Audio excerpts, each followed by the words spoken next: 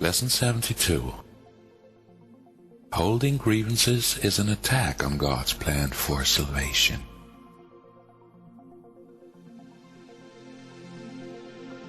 While we have recognized that the ego's plan for salvation is the opposite of God's, we have not yet emphasized that it is an active attack on his plan and a deliberate attempt to destroy it. In the attack, God is assigned the attributes which are actually associated with the ego, while the ego appears to take on the attributes of God.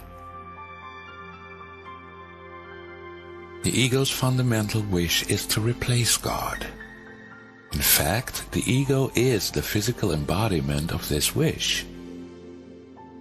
For it is this wish which seems to surround the mind with the body, keeping it separate and alone, and unable to reach other minds except through the body which was made to imprison it.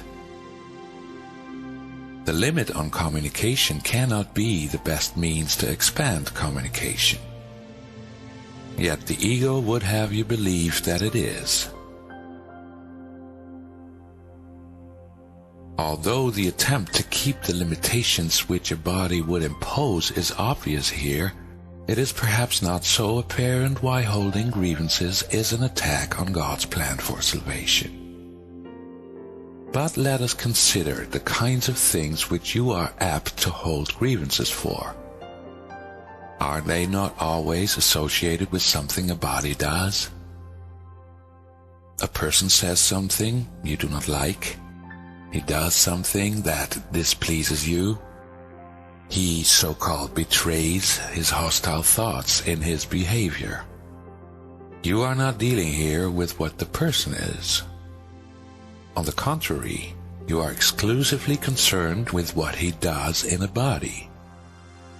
You are doing more than failing to help in freeing him from its limitations. You are actively trying to hold him to it by confusing it with him and judging them as one. Herein is God attacked, for if his Son is only a body, so must he be as well. A creator wholly unlike his creation is inconceivable.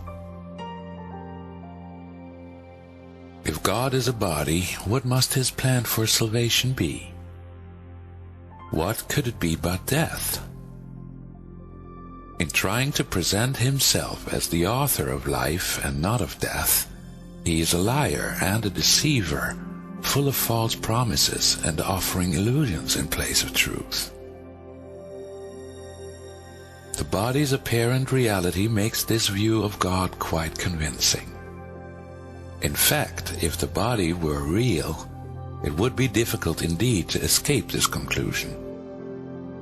And every grievance that you hold insists that the body is real. It overlooks entirely what your brother is. It reinforces your belief that he is a body, and condemns him for it. And it asserts that his salvation must be death, projecting this attack onto God and holding him responsible for it. To this carefully prepared arena, where angry animals seek for prey and mercy cannot enter, the ego comes to save you. God made you a body. Very well. Let us accept this and be glad. As a body, do not let yourself be deprived of what the body offers. Take the little you can get. God gave you nothing. The body is your only savior. It is the death of God and your salvation. This is the universal belief of the world, you see. Some hate the body and try to hurt and humiliate it. Others love the body and try to glorify and exalt it.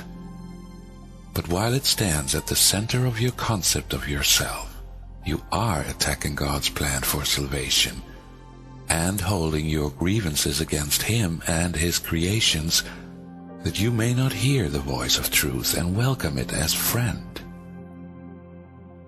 Your chosen Savior takes his place instead. It is your friend, he is your enemy. We will try today to stop these senseless attacks on salvation.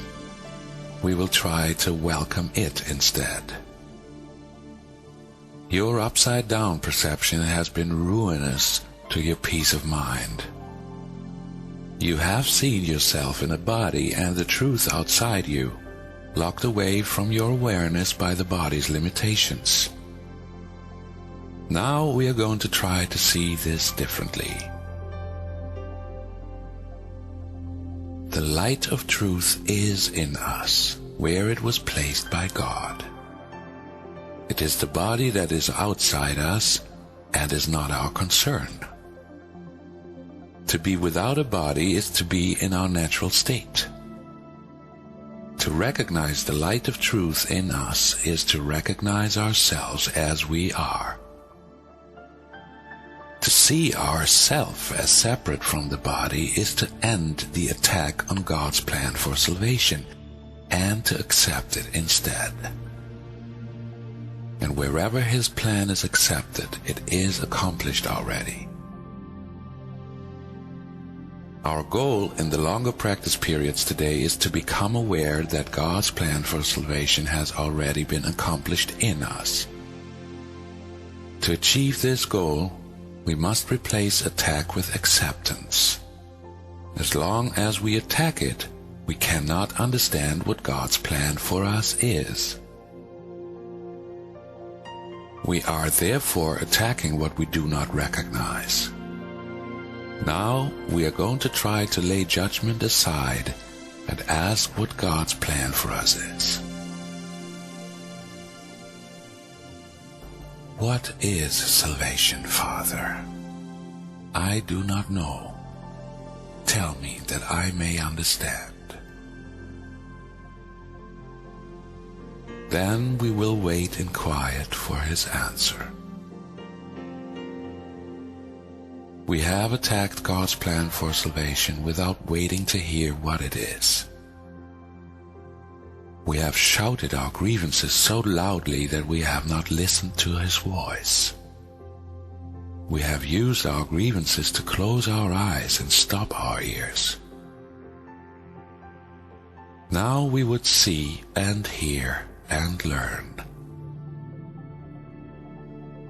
What is salvation, Father? Ask and you will be answered. Seek and you will find. We are no longer asking the ego what salvation is and where to find it.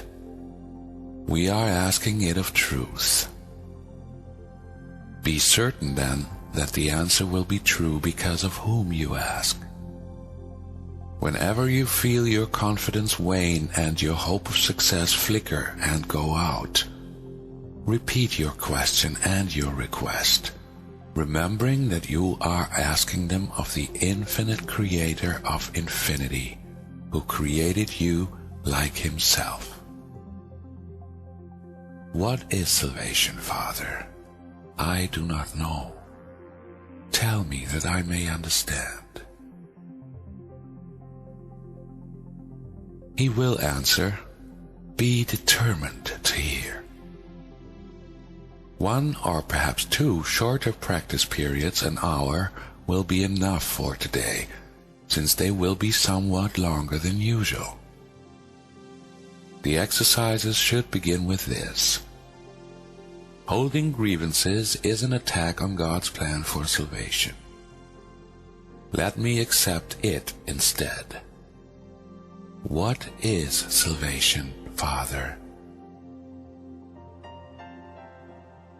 Then wait a minute or so in silence, preferably with your eyes closed, and listen for his answer.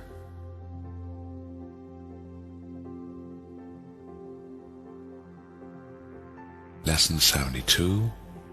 Holding grievances is an attack on God's plan for salvation.